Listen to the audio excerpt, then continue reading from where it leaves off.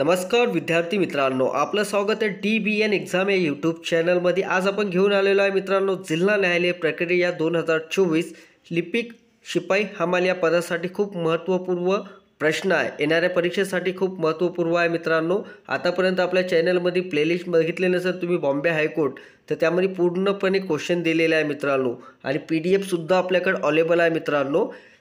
Next प्रश्न आहे, केंद्र सरकारच्या अहवालानुसार देशात कोणत्या राज्यात सर्वाधिक कारागृहाची संख्या आहे?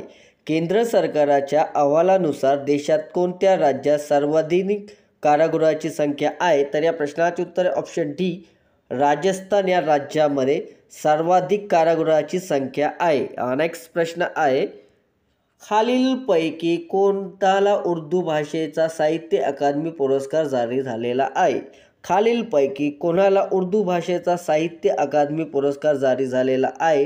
तर या प्रश्नाचे उत्तर option D, doctor Sadiqa Nawab यांना उर्दू भाषेतील साहित्य अकादमी पुरस्कार जारी झालेला आहे। नेक्स्ट प्रश्न आहे, खालीलपैकी कोणास जलमित्र पुरस्कार जारी झालेला आहे? खालीलपैकी कोणाला जलमित्र पुरस्कार जारी झालेला आहे?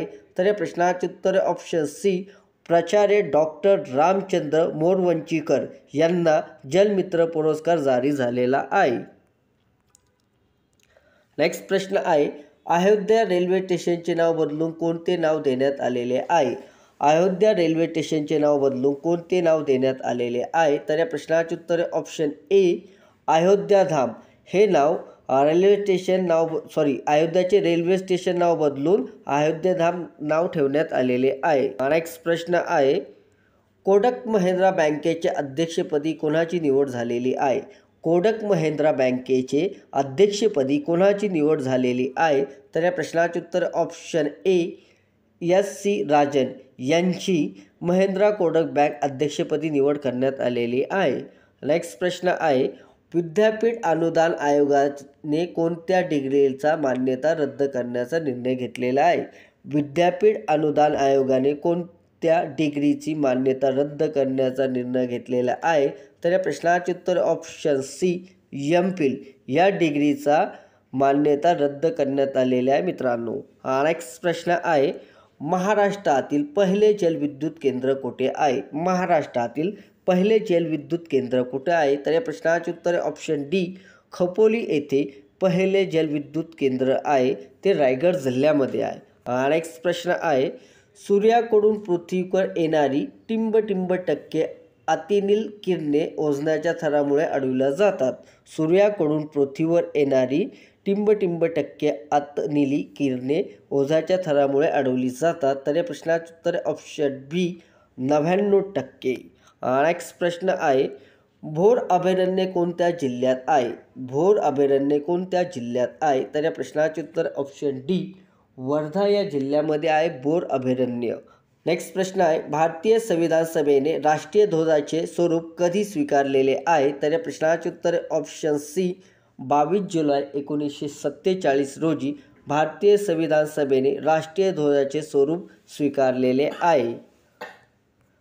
नेक्स्ट प्रश्न आहे, भारतात पवन ऊर्जाचा विकास कधी सुरू झाला? भारतात पवन ऊर्जाचा विकास कधी सुरू झाला?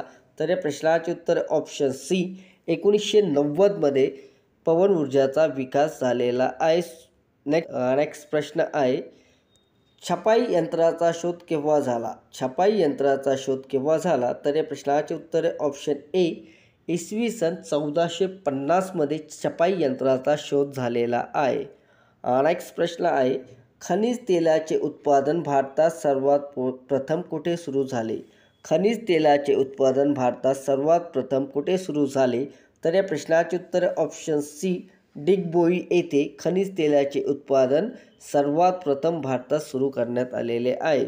नेक्स्ट प्रश्न आहे, भारतातील सर्वात मोठे काजू उत्पादन करणारे राज्य कोणते? भारतातील सर्वात मोठे काजू उत्पादन करणारे राज्य कोणते? तर या प्रश्नाचे उत्तर ऑप्शन बी, केरळ राज्य। केरळ राज्य हे भारतातील सर्वात मोठे काजू उत्पादन करणारे राज्य आहे। नेक्स्ट प्रश्न आहे, मोहिनीअट्टम हा कोणत्या राज्याचा नृत्य प्रकार आहे? मोहिनीअट्टम हा कोणत्या राज्याचा नृत्य प्रकार आहे? तर या प्रश्नाचे उत्तर ऑप्शन ए, केरळ राज्याचा। मोहिमे अट्टम हा केरळ राज्याचा नृत्य प्रकार आहे. नेक्स्ट प्रश्न आहे, मोदीजींनी नोटाबंदीची घोषणा कधी केली? मोदीजींनी नोटाबंदीची घोषणा केव्हा केली? तर या प्रश्नाचे उत्तर ऑप्शन सी 8 नोव्हेंबर 2016मध्ये नोटबंदीची घोषणा केलेली आहे आपले पंतप्रधान मोदीजींनी. नेक्स्ट प्रश्न आहे, 1906च्या राष्ट्रीय सभेला कोलकाता अधिवेशनाचे अध्यक्ष कोण होते? 1906च्या राष्ट्रीय सभेच्या कोलकाता अधिवेशनाचे अध्यक्ष कोण होते? तर या प्रश्नाचे उत्तर ऑप्शन बी दादाभाई नौरोजी हे अध्यक्ष होतात. नेक्स्ट प्रश्न आहे, जागतिक रेडिओ दिवस केव्हा साजरा केला जातो? जागतिक रेडिओ दिवस केव्हा साजरा केला जातो? तर या प्रश्नाचे उत्तर ऑप्शन डी 13 फेब्रुवारी रोजी जागतिक रेडिओ दिवस म्हणून साजरा केला जातो. नेक्स्ट प्रश्न आहे, हवेत उडणाऱ्या फुग्याला कोणता वायूचा घटक असतो? हवेत उडणाऱ्या फुग्यात कोणता वायू घटक असतो? तर या प्रश्नाचे उत्तर ऑप्शन डी हेलियम. हेलियम हा घटक हवेत उडणाऱ्या फुग्यात असतो. नेक्स्ट प्रश्न आहे, विमानाचा शोध खालीलपैकी कोणी लावला? विमानाचा शोध खालीलपैकी कोणी लावला?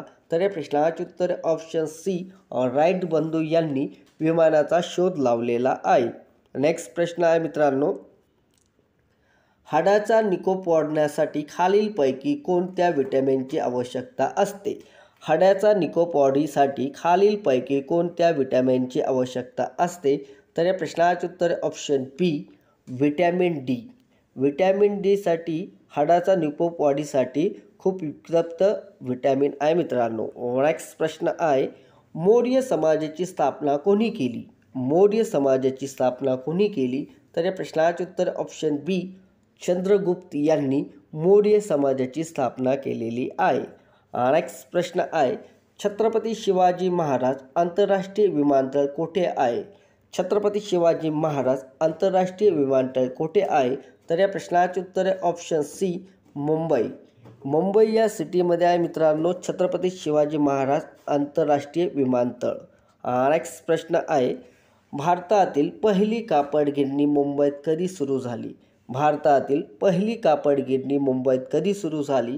तर या प्रश्नाचे उत्तर ऑप्शन बी 11 जुलै 1851मध्ये भारतातील पहिली कापड गिरणी सुरू करण्यात आलेली आहे. नेक्स्ट प्रश्न आहे मित्रांनो, माती या शब्दाचा समानार्थी शब्द कोणता? माती या शब्दाचा समानार्थी शब्द कोणता? तर या प्रश्नाचे उत्तर आहे मित्रांनो ऑप्शन डी. नेक्स्ट प्रश्न आहे, भाषेला ज्यामुळे शोभा येते त्याच गुणधर्मांना टिंबटिंब असे म्हणतात. भाषेला ज्यामुळे शोभा येते त्याच गुणधर्मांना टिंबटिंब असे म्हणतात. तर या प्रश्नाचे उत्तर आहे ऑप्शन सी भाषेचा अलंकार. भाषेला ज्यामुळे शोभा येते त्याच गुणधर्माला भाषेचे अलंकार असे म्हणतात. नेक्स्ट प्रश्न आहे, पुढीलपैकी मराठीत उपसर्ग असलेला शब्द कोणता? तर या प्रश्नाचे उत्तर आहे ऑप्शन ए उजान, आतपाव, अवजड हे उपसर्ग असलेले शब्द आहे मित्रांनो मराठीत. नेक्स्ट प्रश्न आहे, उद्यान, सिनेमागृह, बस स्थानके इत्यादी टिंबटिंब ठिकाणी कचरा करू नये योग्य विशेषण वापरा. उद्याने, सिनेमागृह, बस स्थानके इत्यादी टिंबटिंब ठिकाणी कचरा करू नये योग्य विशेषण वापरा. तर या प्रश्नाचे उत्तर आहे मित्रांनो ऑप्शन सी सार्वजनिक. उद्यान, सिनेमागृह, बस स्थानके इत्यादी सार्वजनिक ठिकाणी कचरा करू नये हे योग्य विशेषण आहे. नेक्स्ट प्रश्न आहे, नाकाला मिरची झोंबणे या वाक्यप्रचाराचा अर्थ सांगा. नाकाला मिरची झोंबणे या वाक्यप्रचाराचा अर्थ सांगा. तर या प्रश्नाचे उत्तर ऑप्शन ए खूप राग येणे. नाकाला मिरची झोंबणे म्हणजे खूप राग येणे. नेक्स्ट प्रश्न आहे, अभियोग हा शब्द पर्यायी शब्द सांगा. अभियोग या शब्दाचा पर्यायी शब्द सांगा. तर या प्रश्नाचे उत्तर ऑप्शन सी आरोप. अभियोग या शब्दाचा पर्यायी शब्द आरोप हा आहे मित्रांनो. नेक्स्ट प्रश्न आहे, डेटाबेस हा टिंबटिंब यांचा संग्रह आहे. डेटाबेस हा टिंबटिंब यांचा संग्रह आहे. तर या प्रश्नाचे उत्तर ऑप्शन डी फाईल. डेटाबेस हा फाईल यांचा संग्रह आहे. नेक्स्ट प्रश्न आहे, कम्प्युटर सुरू किंवा पुन्हा सुरू करण्याच्या सिस्टीमेचे टिंब करणे म्हणतात. तर या प्रश्नाचे उत्तर ऑप्शन ए बूटिंग. नेक्स्ट प्रश्न आहे, संगणकात वापरण्यात येणाऱ्या बायनरी नंबर पद्धतीचे स्वरूप कसे असतात? संगणकात वापरण्यात येणाऱ्या बायनरी नंबर पद्धतीचे स्वरूप कसे असतात? तर या प्रश्नाचे उत्तर ऑप्शन बी 0 ते 1 यांच्या स्वरूपात असतात. नेक्स्ट प्रश्न आहे, माहिती तंत्रज्ञान कायदा 2000 हा कायदा कशासाठी आहे? माहिती तंत्रज्ञान कायदा 2000 हा कायदा कशासाठी संबंधित आहे? तर या प्रश्नाचे उत्तर ऑप्शन सी सायबर गुन्ह्यासाठी. नेक्स्ट प्रश्न आहे, ईमेलचा अर्थ काय आहे? ईमेलचा अर्थ काय आहे? तर ईमेलचा अर्थ होतो मित्रांनो ऑप्शन बी इलेक्ट्रॉनिक मेल. ईमेलचा अर्थ इलेक्ट्रॉनिक मेल हा होतो. नेक्स्ट प्रश्न आहे, रॅम या शब्दाचा फुल फॉर्म काय आहे? रॅम या शब्दाचा फुल फॉर्म काय आहे? तर या प्रश्नाचे उत्तर ऑप्शन बी रँडम ॲक्सेस मेमरी. नेक्स्ट प्रश्न आहे,